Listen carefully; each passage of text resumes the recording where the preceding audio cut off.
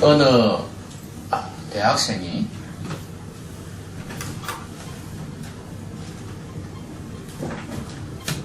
동부영신예배 때 말씀 뽑기를 했습니다. 그 말씀 뽑기 구절이 여호수아 1장 3절이었습니다. 내가 모세에게 말한 바와 같이 너희 발바닥으로 밟는 곳은 모두 내가 너희에게 주었노니. 여러분, 이 말씀을 딱 뽑기를 했거든요. 그럼 여러분 기분 좋겠습니까? 안 좋겠습니까? 일단은 뭐 느낌이 좋은 말씀이잖아요. 그래서 아주 기분 좋아하고 있었어요. 그래서 이게 무슨 뜻인지 아냐? 그러니까 모른대요. 그냥 좋은 거래요. 그냥 좋아서 갖고 있대요. 이 사람들이 발바닥으로 밟는다 하면은 그냥 걸어간다는 거 아닙니까? 그죠? 걸어가는데 이 땅이 내 땅이 되는 거예요. 세상에 이런 복이 어디 있습니까?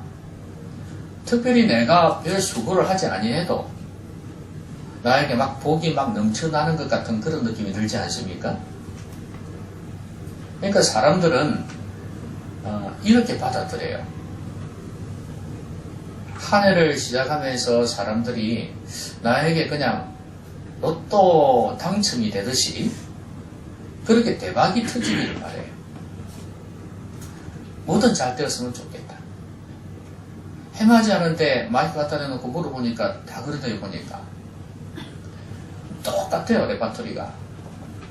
올해는 건강했으면 좋겠어요.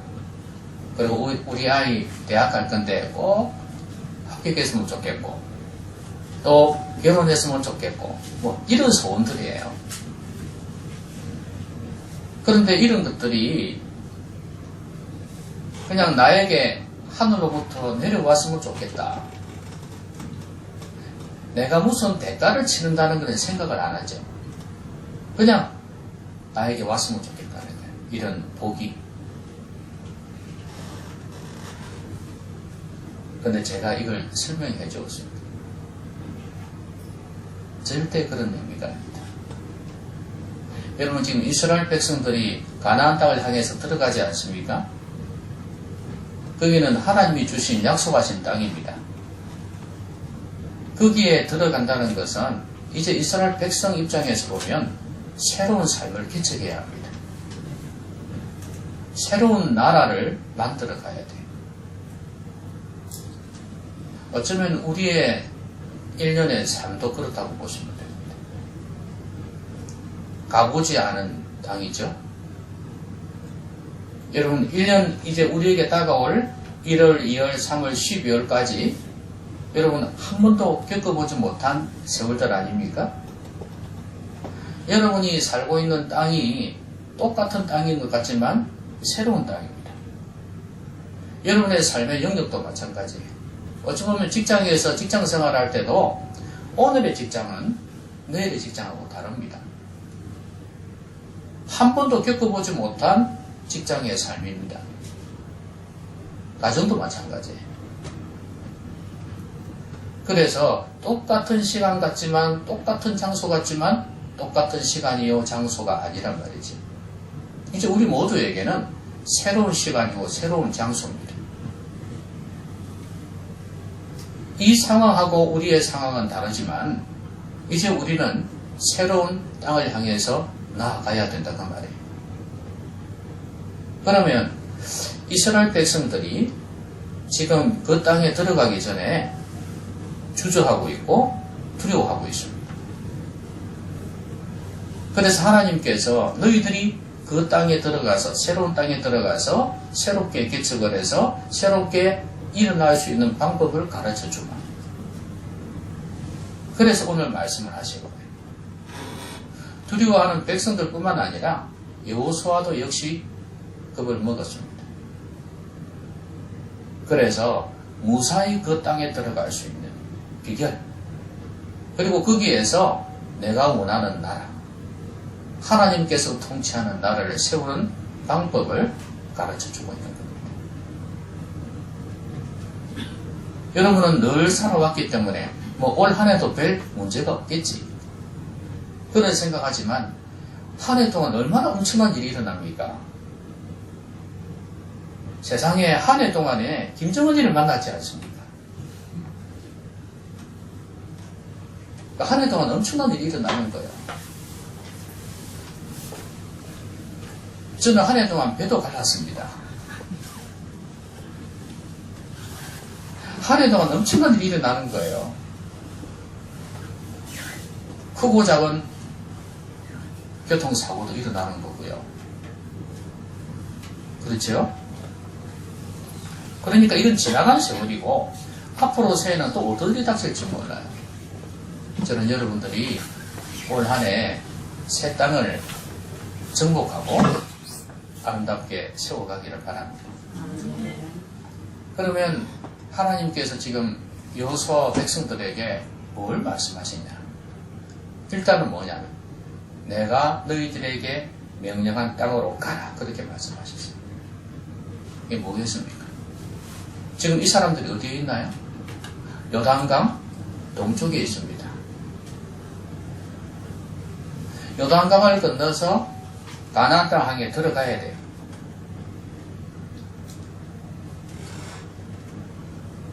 근데 막상 들어가니까 쉬운 게 아닙니다. 그리고 여러분 다 아시듯이 요단강 동쪽에도 강한 나라가 있었죠. 그 바산왕 옥, 이 강한 나라들이 몇 나라가 있었어요. 근데 이제 이 나라를 정복하고 난 뒤에 그 다음에 요단강을 건너갑니다. 근데 요단강 건너가면 제일 큰 성이 하나 있습니다. 이름은 참 여린 성이에요.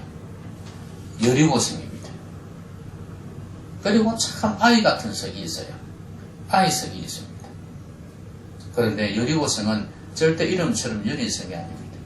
아주 강한 성입니다. 이걸 쳐 부수고 들어가야 된단 말이죠. 가기 싫습니다. 그런데 하나님께서 가라고 말씀하세요. 여러분, 이런 말이 있습니다. 시도하지 않으면 아무것도 할 수 없다. 여러분, 우리의 삶 속에 일어날 안 좋은 것들만 생각하면서 주저주저 하는 사람들이 많이 있어요. 그래가지고는 아무 일도 할 수가 없어요. 여러분, 일어날 안 좋은 일을 생각할 게 아니라 좋은 일을 생각해야 돼요. 그래서 시도를 해야 합니다. 근데 중요한 거는 조건이 하나 있습니다. 여러분, 이 땅은 하나님께서 가라고 한 땅이에요. 여러분, 이스라엘 백성들은 중도에 어떤 생각했습니까? 다시 애굽으로 돌아가려고 그랬죠. 세상으로 다시 돌아가려고 그랬어요. 이 애굽이 이집트가 세상의 의미거든요. 늘 하다가 어려우면 돌아가려고 그랬어요. 근데 하나님께서 원하시는 땅은 가나안 땅이었어요. 그러니까 내가 원하는 땅이 아니고 내 본능이 원하는 땅이 아니라 하나님께서 원하시는 땅으로 가야 된단 말이죠. 근데 항상 그랬어요. 하나님께서 원하는 땅은 쉽게 얻을 수 있는 곳이 아닙니다. 제가 그 아이 보고 그랬습니다. 그 대학생 보고 올해 졸업하는 아이인데 이 말씀의 의미가 뭔지도 모르고 그냥 좋아하는 거예요. 바른 것을 다 주겠다 그러니까. 야, 이스라엘 백성이 가나안 땅 그냥 들어갔냐? 이게 그냥 걷기만 하면 그냥 자기 땅이 되는 것처럼 말씀한 거냐? 12지파를 한번 봐라. 가나안 땅에 들어가서 처음에는 정복한 지파도 있지만 정복하지 못한 지파도 많다. 겁이 나가지고. 그 갈렙 같은 사람은 그 헤브론 땅을 갖다가 소유하려고 80이나 되었음에도 불구하고 아무도 지금 못 들어가고 있는데 자기가 가겠다고 앞서지 않았냐. 이 말씀은 믿음으로 싸우라는 말이다. 거기는 대적들하고 싸워서 정복하라는 이야기지. 그러면 내가 함께하겠다는 이야기지. 공짜로 그냥 무언가를 하나님의 은혜로 얻겠다는 그런 말이 아니다. 그랬더니 이제 태도가 좀 달라지는 거죠. 좀 비장해지는 거예요. 이렇게 성경을 엉터리로 해석하는 경우가 많아요. 여러분, 하나님께서 원하시는 땅으로 가야 합니다. 이게 조건이에요. 그러면서 하나님이 원하신다고 확신이 들 때는 시도하라는 이야기예요. 그러려면 하나님께서 뭘 원하시는지를 알아야 될 거 아니겠습니까? 하나님이 원하시는 약속의 땅 가나안으로 가라 말씀하셨는데 여러분을 향해서 하나님께서 가라고 하는 곳이 어디냐 이거예요. 어떤 방향을 향해서 어디를 향해서 가야 되겠냐 이 말이에요.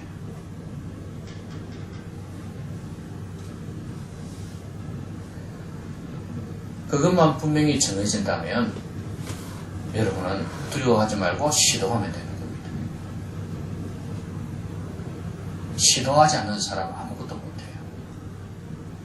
그렇지 않습니까? 많은 사람들이 실패할 것을 두려워합니다. 그러면 절대 얻을 수가 없습니다. 칼을 뽑았으면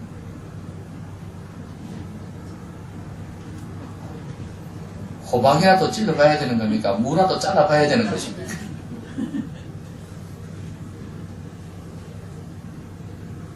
그러니까 무언가를 해봐야 된단 말이죠.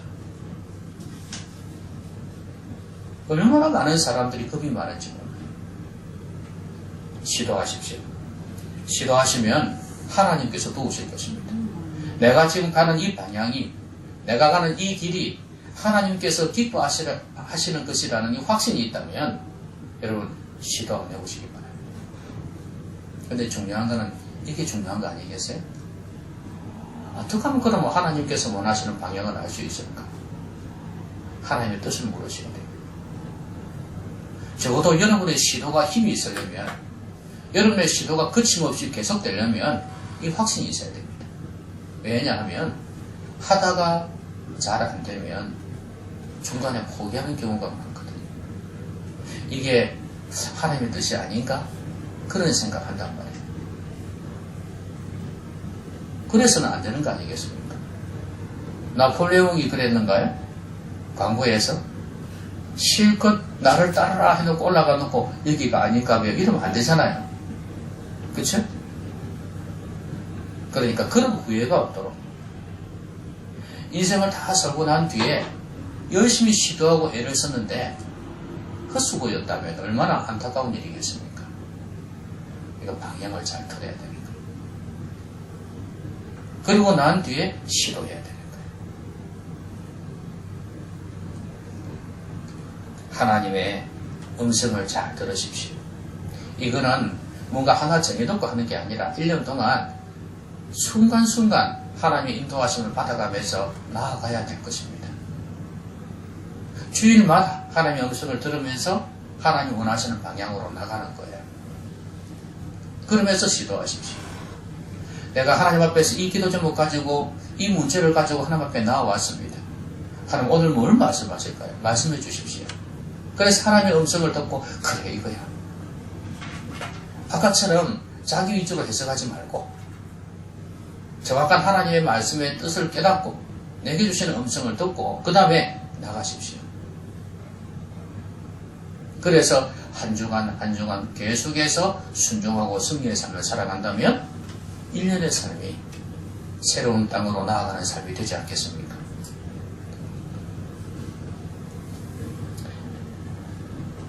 그 다음에 두 번째로 하나님께서 말씀하신 게 뭐냐면 강하고 담대하라는 거예요. 처음에는 뭐야? 시도하라는 거예요. 시도하지 않으면 아무것도 할 수 없어요. 바른 방향으로 시도하고 나가라는 거고, 두 번째는 강하고 담대하라는 거예요. 여러분, 이집트에서 이스라엘까지 직선거리로 얼마 정도 될 것 같습니까? 며칠이면 갈 수 있을 것 같습니까? 성경에서는 일주일이라고 그랬습니다. 일주일이면 갈 수 있는데 이스라엘 백성들은 어떻게 갔습니까? 돌아서 몇 년 만에 갔습니까? 40년. 광야 40년 동안 돌아서 갔습니다. 근데 처음에는 하나님께서 바로 인도하시려고 그랬어요.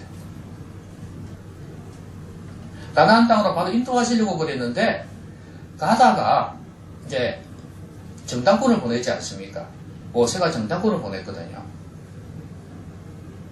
근데 여호수아와 갈렙 외에는 전부 다 부정적인 소리를 하는 거예요. 이제 우리 죽었다.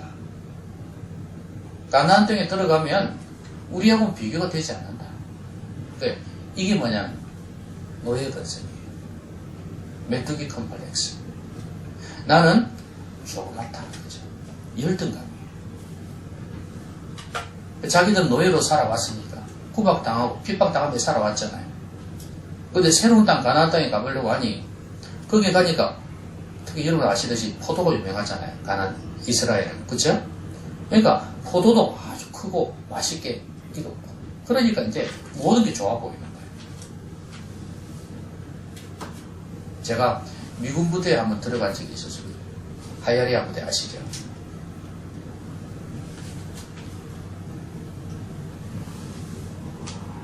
제가 26살 때인가? 아니, 26살 때만. 그때 들어가 봤거든요. 그럼 얼마나 오래된지 아시겠죠? 그때는 우리는 조그만 구멍가게 외에는 없었습니다. 큰 슈퍼도 없었어요. 그런데 거기 가보니까 지금 우리 이렇게 이마트, 탑마트 이런 거 있지 않습니까? 그 정도로 이 진열을 해놓은 가게가 미군들을 위한 그 가게가 얼마나 큰지 몰라요. 눈이 휘둥그레졌지. 그때 대우자동차 르망 이런 거 타고 다니는 그 좋은 차라고 막 그랬던 때거든요. 그때. 그걸 보면서 이야 미국이란 나라가 이런 나라구나. 역시 강대국은 강대국이다. 이 생각했었어요. 지금 이스라엘 백성들의 심정을 알겠습니까? 정탐꾼들의 마음을 알겠어요? 가보니까 너무 좋아 보이더라 이게. 그래서 이제 우리는 졌다. 이제 우리 죽었다. 이 생각한 거예요. 그래서 하나님께서 모세를 통해서 이스라엘 백성을 광야로 돌게 했습니다. 분명히 성경에 기록해놨습니다. 너희들이 바로 가면 적을 보면서 적과 싸우다가 두려워서 도망갈까 싶었어요. 그래서 광야로 돌린다고 말씀하셨어요. 여러분 이스라엘 백성들은 이랬습니다. 늘 두려워했어요. 아직 다가오지도 않은 일을 가지고 염려하고 두려워하는 경우가 많이 있잖아요. 우리 인간이 염려하는 것 중에 많은 게 실제로는 없는 거고 이루어지지 않을 일들인데도 불구하고 그걸 가져다가 걱정한다는 거예요. 특히 생각이 많은 사람들. 그렇습니다. 염려할 대신에 기도하십시오. 그래서 담대함을 키우셔야 됩니다. 안 될 거야 생각하는 사람은 안 되는 거예요. 여러분 우리 손흥민 선수가 축구를 참 잘하잖아요. 여러분 그 친구가 축구를 잘하는 비결이 뭔지 아십니까? 여러 가지 원인이 있겠죠. 저는 딱 하나 꼽으라면 자신감이라고 말할 수 있어요. 주눅들지 않고 치고 나가는 자신감이에요. 저도 운동을 여러 번 해봤는데 결국 자신감이 이기가 하더라고요. 자신감이 있으면 동작도 다르게 나와요. 주눅이 들면은 제대로 안 나와. 모든 게 자신감이에요. 그런데 이 자신감이 근거 없는 자신감이 되면 안 되잖아요. 근거가 있어야 되잖아요. 자기가 옛날에 이렇게 해보니까 잘 되더라는 그런 경험이 있을 거 아니에요. 그러니까 그런 경험이 있는 사람은, 성공해본 경험이 있는 사람은 자신감을 가지고 해요. 상황이 조금 안 좋더라 할지라도.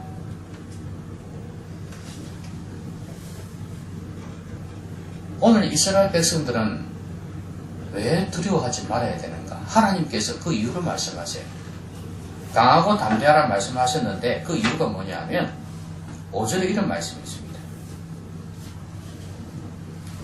내 평생에 너를 능히 대적할 자가 없으리니 내가 모세와 함께 있었던 것 같이 너와 함께 있을 것입니다. 내가 너를 떠나지 아니하며 버리지 아니하리니 6절에 강하고 담대하라. 한마디로 뭐예요? 하나님께서 함께 하시겠다는 거예요. 너는 받지 않냐? 모세 밑에서 수종 들면서 받지 않냐? 모세가 큰 어려움 당할 때도 안에서 백성들이 반역할 때도 그랬고 밖에서 적들이 쳐들어왔을 때도 그랬고 내가 함께 할 때 어떤 일이 있는지 받지 않느냐? 아말렉이 쳐들어왔을 때 여호수아는 앞에 가서 싸우고 모세는 손을 들고 기도할 때 아론과 홀이 받쳐주고 그랬을 때 그때 승리했던 거. 안에 반역자들이 있을 때 그들이 죽었던 그런 이야기들, 이걸 여호수아는 분명히 봐왔단 말이죠. 그래서 내가 너와 함께하면 된다. 그러니까 강하고 담대하라. 아마도 여호수아는 이 말씀에서 큰 힘을 얻었을 것입니다. 하나님께서 이 말씀을 얼마나 반복하시는지 압니까? 그 정도로 지금 여호수아는 두려웠던 겁니다. 자기는 이때까지 밑에서 수종 들었지 앞에서 이끌어간 사람이 아니었거든요. 자, 한번 보세요. 6절에 그랬지 않습니까? 또 7절에 보세요. 오직 강하고 극히 담대하여. 그 다음에 9절에도 한번 보세요. 내가 내게 명령한 것이 아니냐. 강하고 담대하라. 두려워하지 말며 놀라지 말라. 여러분, 이걸 보면 얼마나 두려웠는지 알겠죠? 아마도 이런 것 같아요. 하나님은 가기 싫습니다. 두려워서 못하겠습니다. 그런 것 같아요. 왜냐하면 가나안 땅이 장난이 아니라는 거 아닐까. 그런데 내가 어디로 가든지 내 하나님 여호와가 너와 함께 하느니라. 자신감은 하나님께서 함께 하신다는 걸 믿을 때 생기는 겁니다. 여러분, 이렇게 살아도 한 해고 저렇게 살아도 한 해입니다. 결국 지나가는 겁니다. 여러분, 한 해 동안 어떻게 사시려면 하나님을 위해서 도전하는 삶을 좀 살아야 되지 않겠습니까?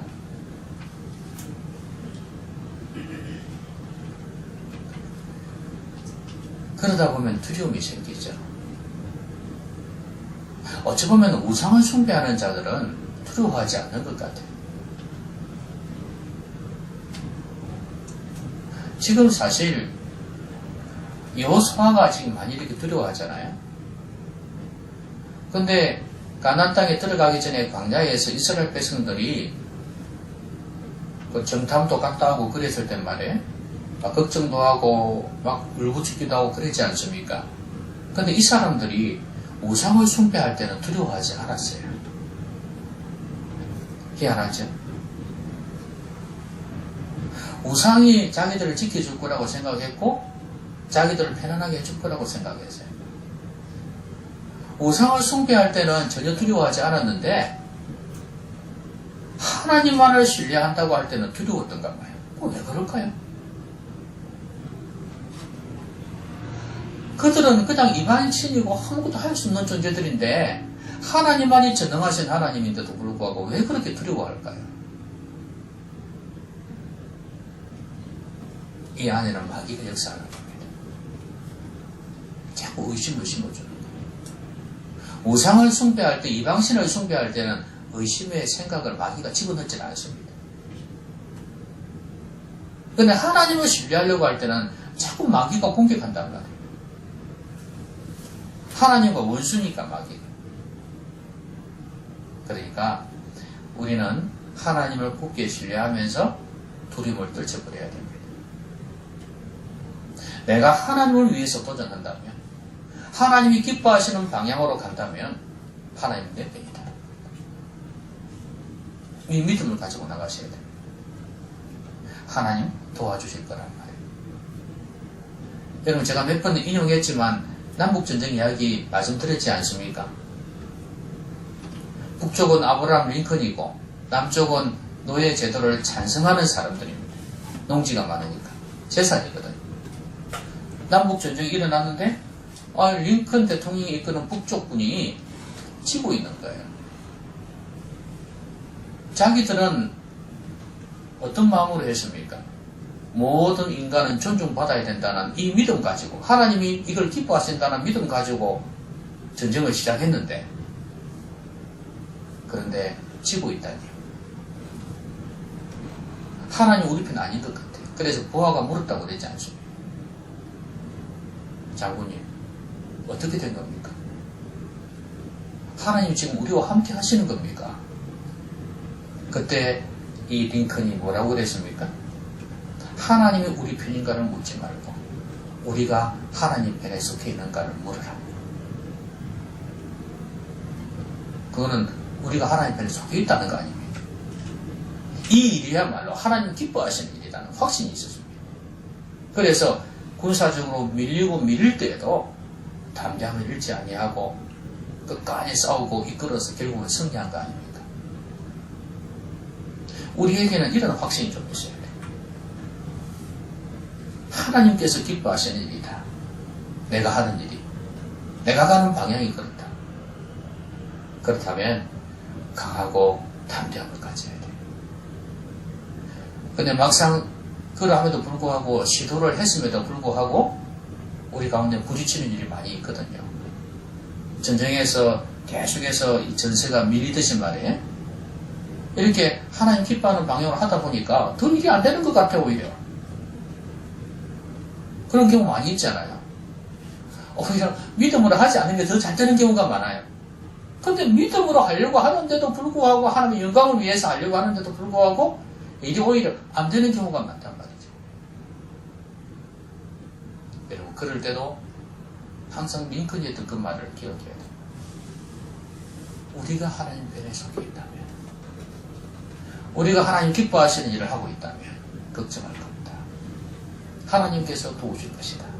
이 믿음을 가지고 있어야 됩니다. 여러분 가다가 일이 안 될 때마다 앞에서 이야기했던 거 다시 한 번 더 되짚어 보십시오. 내가 지금 바른 길을 가고 있는가?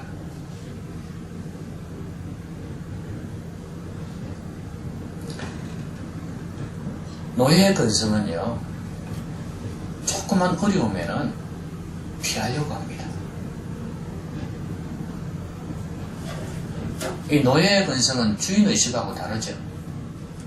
주인의식은 내가 어쨌든 간에 이 문제를 해결해야 된다는 그런 생각이 있는가 하면, 노예의 근성은 가능하면 피하려고 해요. 왜? 살아남아야 되니까. 어떤 책임감 같은 게 없어요. 그래서 앞에 와서 부딪히면 그냥 돌아가겠다고 야단이 있지 않습니까? 광야에서. 어쩌면 이스라엘 백성들의 광야 생활은 노예의 근성을 훈련시키는, 노예의 근성을 뿌리째 뽑아버리는 훈련이었다고 보면 됩니다. 왜냐하면 늘 불평하고 이집트로 돌아가야 되겠다고 말했던 사람들은 결국은 다 죽었잖아요. 그 세대는 다 죽었단 말이에요. 믿음의 사람 여호수아와 갈렙 외에는 다 죽었단 말이에요. 다음 세대가 이제 가나안 땅에 들어가지 않습니까? 그들이 믿음이 대단해서 그런 게 아니라 그냥 부정적이지 않은 노예 1세대가 아니기 때문에 그런 거죠.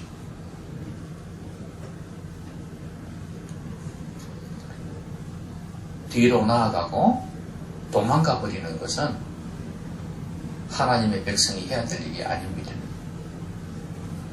하나님이 해야 될 일, 하나님께서 원하시는 그 일이라면 기쁨으로 달려가셔야 됩니다. 노예 근성을 버리고 주인의식을 가지고 강하고 담대하게 두려워하지 말고 나가셔야 됩니다. 여러분, 아브라함 보고 하나님께서 갈대아 우르를 떠나서 너희 본토친척 아버지 집을 떠나서 내가 내게 지시하는 땅으로 가라 그랬습니다. 근데 분명히 히브리서에는 그런 말씀 하셨잖아요. 갈 바를 알지 못하고 믿음으로 갔다 그랬거든요. 여러분, 지금처럼 교통이 발달하고 통신이 되고 그런 시대가 아니잖아요. 깜깜무소식입니다. 고향 떠나면. 그런데도 불구하고 하나님께서 가라 하셨기 때문에 떠났습니다. 그 많은 재산을 거느리고 그거 다 가져갔겠습니까? 가져갈 수 있는 것만 가져갔겠죠. 그 양들을 거느리면서 사람들 데리고 그렇게 해서 고향을 떠났단 말이죠. 왜 두려움이 없었겠습니까? 지금도 고향을 떠나면 두려운데 그 당시는 말할 것도 없었습니다. 왜냐하면 먹고 살 수 있는 게 쉽지가 않았거든. 여러분 아시듯이 양과 소를 키우는, 가축을 키우는 사람들은 우물이 중요하잖아요. 그 아브라함 아들 이삭도 있었고 가면서 얼마나 우물 때문에 싸웠던지 아시지 않습니까? 그렇게 힘든 시간들이란 말이에요. 그럼에도 불구하고 하나님께서 가라했기 때문에 믿음으로 떠났던 겁니다. 두려움을 극복할 수 있었던 것은 바로 믿음이었어요. 그래야 앞에서 말씀한 것처럼 시도하는 일이 가능하다. 시도하다가 부딪혀도 뛰어넘을 수 있는 것은 바로 이 강하고 담대한 마음이에요. 여러분 차라리 이렇게 해보십시오. 오늘 분명히 말씀하거든요. 9절에 보면 내가 내게 명령한 것이 아니냐 그랬어요. 지금 앞에서 몇 번이고 이야기했지 않습니까? 강하고 담대하라고. 그런데 자꾸 그러니까 명령이다 이거예요. 여러분 전쟁터에서 그런 말 많이 하잖아요. 그렇죠? 이건 명령이야 그러잖아요. 못하고 주저하고 그러면 어쩔 수 없이 막 하지 않습니까? 이 명령에 순종하지 않으면 어떻게 되는 줄 알지? 죽일 수도 있다. 그래서 명령에 순종하지 않습니까? 저는 그 번지 점프라는 게 있지 않습니까? 번지 점프. 저는 겁이 나서 못 뛸 것 같아요.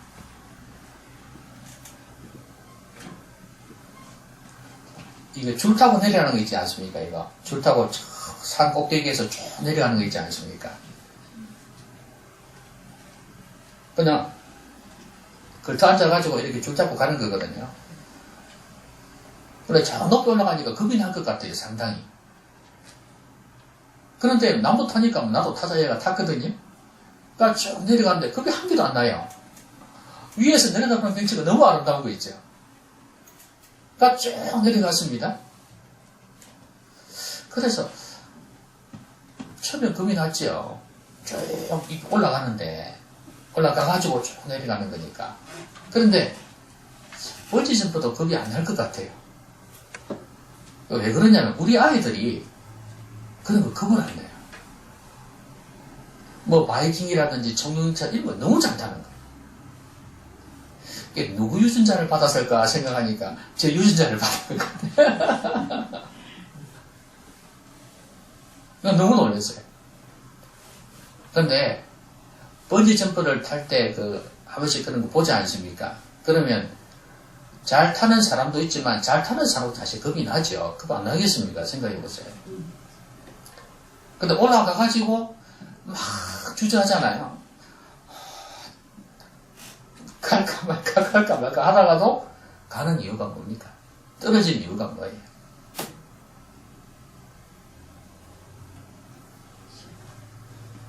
방송이니까.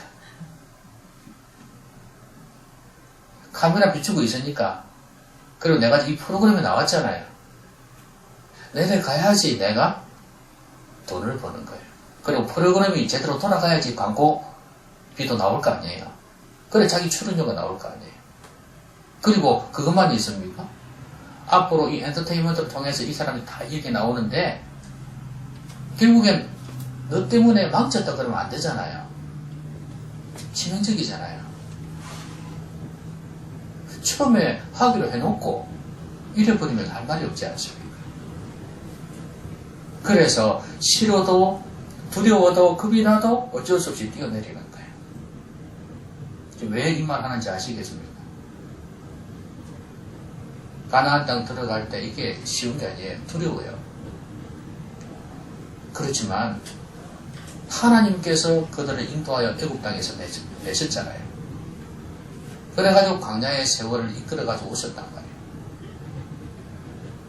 이 정도 했으면 하나님으로서는 할 것 다 했어요. 그리고 이제 명령한다 이거예요. 명령한다.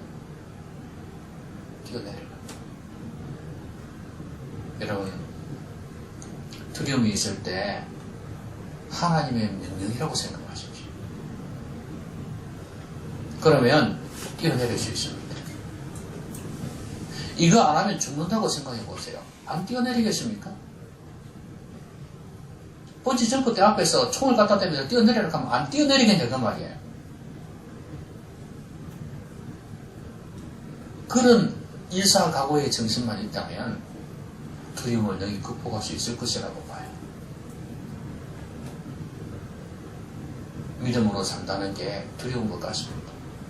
세상을 의지하지 않는다는 게, 이방신을 의지하지 않는다는 게, 우상을 숭배하지 않는다는 게 두려운 것 같습니다.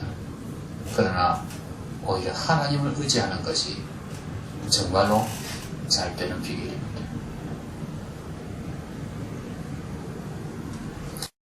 네, 마지막은요, 하나님 말씀을 묵상하고 순종해야 되는 거예요. 가다 보면은 한쪽으로 치우칠 경우가 있거든요. 좌로나 우로나 치우치지 말라 그랬는데 이렇게 치우칠 때가 있단 말이죠. 왜냐하면 믿음의 사람이라도 가다 보면 아까 이야기했듯이 유혹도 있고 공격도 있고 그러다 보니까 자꾸 말씀에서 조금 빗나가는 경우가 생긴단 말이에요. 그러다 보면은 가나안 땅 들어가기가 쉽지가 않아요. 순간순간 유혹이 오지 않겠습니까? 이방신을 숭배하는 사람들도 많이 있고 안에서 부정적인 말 하는 사람도 많이 있고 그런 가운데에서 순간순간 이런 공격과 유혹이 올 겁니다. 그런데 여기에서 좌로나 우로나 치우치지 않으려면 하나님께서 말씀하시는 가나안 땅에 제대로 들어가려고 그 방향을 잡아서 가려면 하나님 말씀을 묵상하는 것입니다. 여러분이 믿음으로 살려고 새해는 몸부림치는데 또 지금 시간 지나다 보면 그때 마음이 또 사라질 때가 많잖아요. 그때 여러분들 다시 한번 다 잡을 수 있는 거 뭐겠습니까? 하나님 말씀이에요. 그래서 말씀을 제대로 듣지 않고 묵상하지 않으면 하나님 기뻐하는 올바른 방향으로 갈 수가 없습니다. 자꾸 빗나가게 되어 있습니다. 여러분, 새해는 말씀의 사람들이 되십시오. 말씀의 사람들이 되십시오. 엎드려 절박해내요. 말씀의 사람들이 되십시오.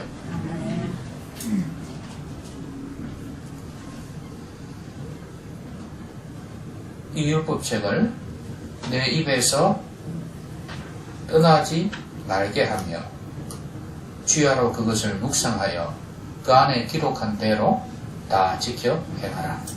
그리하면 내 길이 평탄하게 될 것이며 내가 형통하리라. 여러분, 그 당시에도 기록된 말씀이 있었고 순간순간 모세나 이 종들을 통해 주시는 말씀도 있었어요. 근데 분명히 여기에는 기록된 말씀을 지켜 행하라 그랬거든요. 우리가 기록된 하나님의 말씀을 듣고 행하는 것도 참 중요하다는 겁니다. 입에서 떠나지 말라는 것은 자꾸 묵상하라는 거예요. 읽고 묵상하라는 거예요. 그리고 그 밑에 묵상이 계속 나옵니다만 그것을 주야로 묵상하라 그랬어요.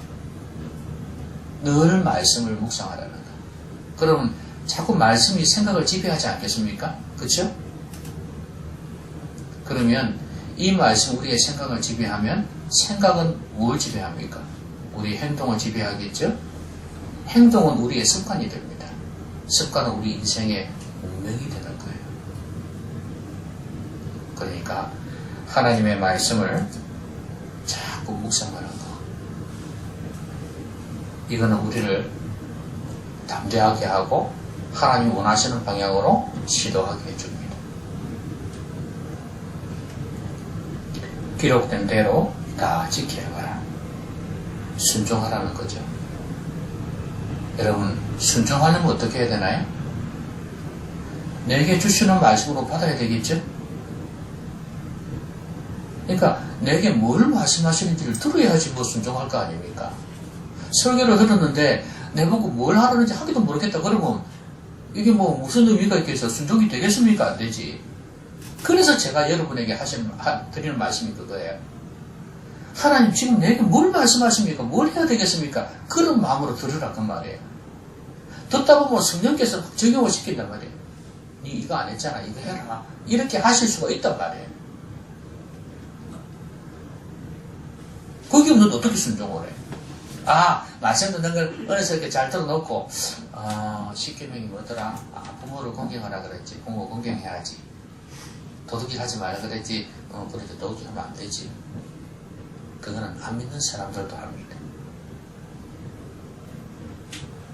상황 속에서 하나님께서 내게 주시는 말씀을 들으라고 말이에요. 그리고 순종해야죠. 그러면 새 한 해는 하나님께서 함께 하시는 한 해가 될 것입니다. 말씀하겠습니다. 여러분, 새해는 그야말로 새해입니다. 지금 우리는 새로운 땅을 향해 가고 있습니다. 두려울 수도 있어요. 믿음으로 산다는 게 두려울 수 있어요. 하나님만 의지한다는 게 쉬운 게 아니잖아요. 하나님 기뻐하시는 방향으로 간다?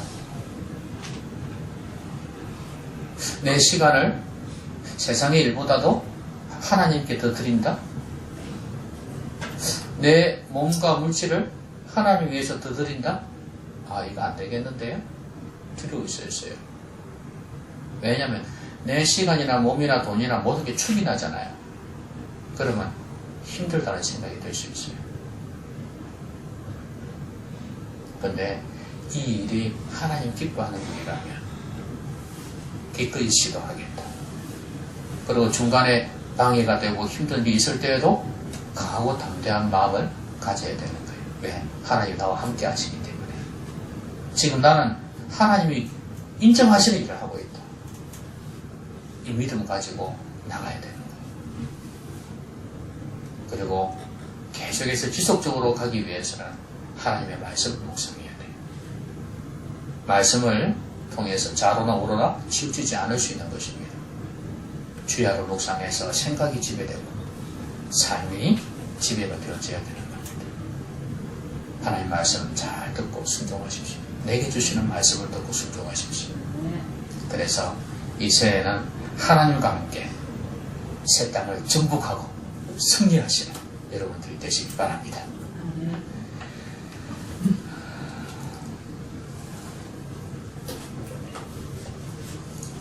자, 우리 말씀을 생각하면서 같이 한번 기도하겠습니다.